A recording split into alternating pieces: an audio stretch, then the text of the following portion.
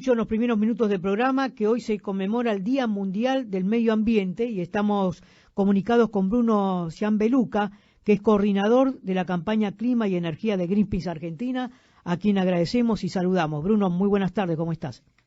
Muy buenas tardes, ¿cómo andan? Bien, un gusto saludarte y hoy es el Día Mundial del Medio Ambiente.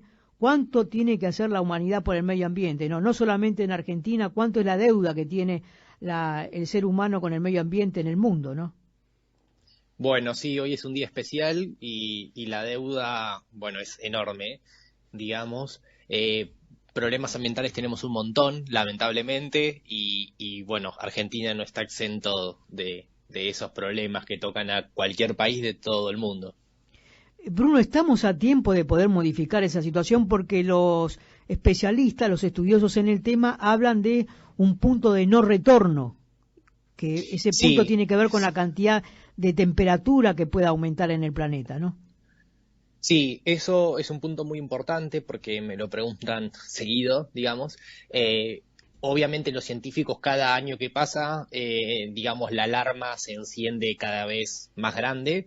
Eso se debe a que obviamente la temperatura del planeta aumenta cada día más. Estamos en una crisis climática, una emergencia climática muy grave, sin precedentes y que se sienten los impactos ya en muchas partes del mundo, con el clima adverso, digamos, clima extremo, pero también pérdida de biodiversidad que va vinculada a eso. Los científicos, como decía al principio, advierten que esto es sumamente importante y, por supuesto, la alarma es cada vez más grande porque se le pide a los gobiernos que tomen dimensión de la situación y que tomen cartas en el asunto. Desde Greenpeace, por ejemplo, pedimos en Argentina que cero deforestación, no puede haber más deforestación, porque más deforestación es más cambio climático es, digamos, mayor problemas ambientales. ¿Estamos a tiempo de frenar esa situación? Yo creo que si se ponen de acuerdo los países del mundo, se escucha a los científicos, se escucha a las organizaciones, yo creo que sí.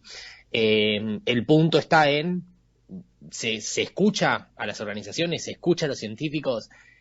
Creo que es un tema bastante difícil, digamos, no es tan fácil, pero en cumbres como las de Naciones Unidas, de cambio climático, el Acuerdo de París fue un gran avance, como para poner en contexto, fue algo que se logró y es muy importante, pero claro, los gobiernos tienen que cumplir el acuerdo, porque si no, no tiene gracia, digamos. Bruno, me da la impresión que, por lo menos viéndolo de afuera, y no conociendo demasiado el tema, como un ciudadano común, que hay una retórica sobre ese tema, pero después no se lleva a la realidad, ¿no?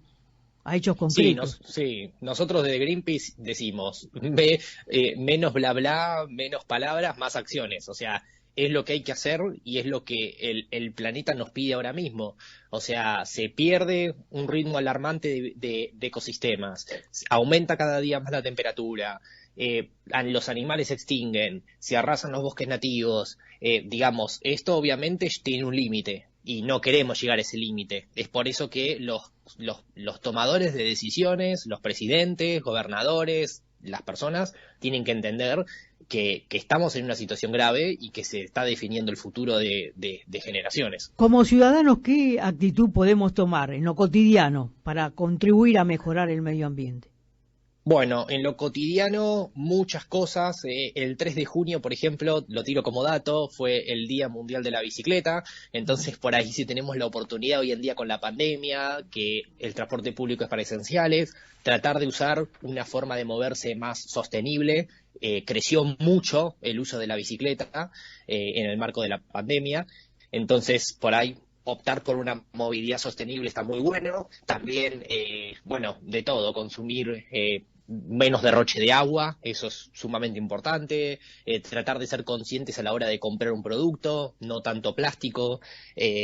También, por ejemplo, si puedo reciclar en mi casa, tratar de reciclar, compostar, reducir el consumo de carnes rojas o de cualquier tipo de carne, tratar de tener una dieta más verde, por así decirlo. Esos son, digamos, tips básicos que uno puede aplicar en su día a día para aportar, digamos, al medio ambiente. También es necesario entender de que las decisiones mayores y las que generan un mayor impacto son las que toman, digamos, un presidente, porque son las que definen si un país va a reducir sus emisiones o no. Entonces tenemos dos lados, una por un lado las decisiones individuales y otras las decisiones que son por ahí de mayor envergadura, que son las que definen el futuro de climático de un país. Sin duda, por ejemplo, también desde el ciudadano no tirar elementos al río que son contaminantes a los cursos de agua, no arrojar papeles, no arrojar botellas, como vos decías, es algo muy sencillo que representa un cambio de actitud y amigable con el medio ambiente que nos rodea, ¿no? Eso es. Exactamente, sí, los plásticos creo que es el problema. Creo que no me gusta enumerar los problemas, pero creo que el cambio climático es sumamente grave porque impacta a todas las personas, pero también el derroche del plástico y el impacto del plástico en que está presente en casi todo el mundo, que eso también es increíble, en lugares donde no llega el ser humano o va una vez cada tanto hay plástico. Entonces también ser conscientes de que el impacto de los plásticos desechables que consumimos día a día, eso tiene, digamos, están presentes por miles y miles de años. Bruno, por mi parte, dos últimas consultas. Una tiene que ver con la pandemia, que trajo como una especie de alivio transitorio en cuanto a la contaminación ambiental, que tal vez dura lo que dura la pandemia o menos tiempo, un suspiro, ¿no? Sí, justamente eso fue, digamos, por así decirlo, un suspiro, porque se vio reducido, es así, lo explico por ahí corto, menos movilidad es menos contaminación, porque es menos autos que andan, menos fábricas que funcionan, sacando de lado lo económico, es menos impacto ambiental. Lo que ocurre es que cuando se empezó a habilitar de nuevo diferentes sectores o los países empezaron a abrir de nuevo su producción, porque los niveles de contagio bajaron o porque vacunaron a su población, el nivel de contaminación subió a niveles como antes y en algunos lugares a un número mucho más grande.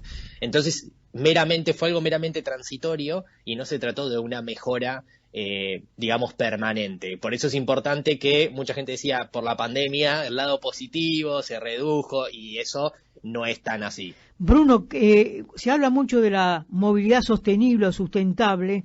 Y hoy el mundo está cambiando, por lo menos la industria automotriz, de a poco a convertirse en vehículos eléctricos. ¿Esto es la solución o es un alivio nada más? Porque se habla de otras alternativas como puede ser el uso del hidrógeno.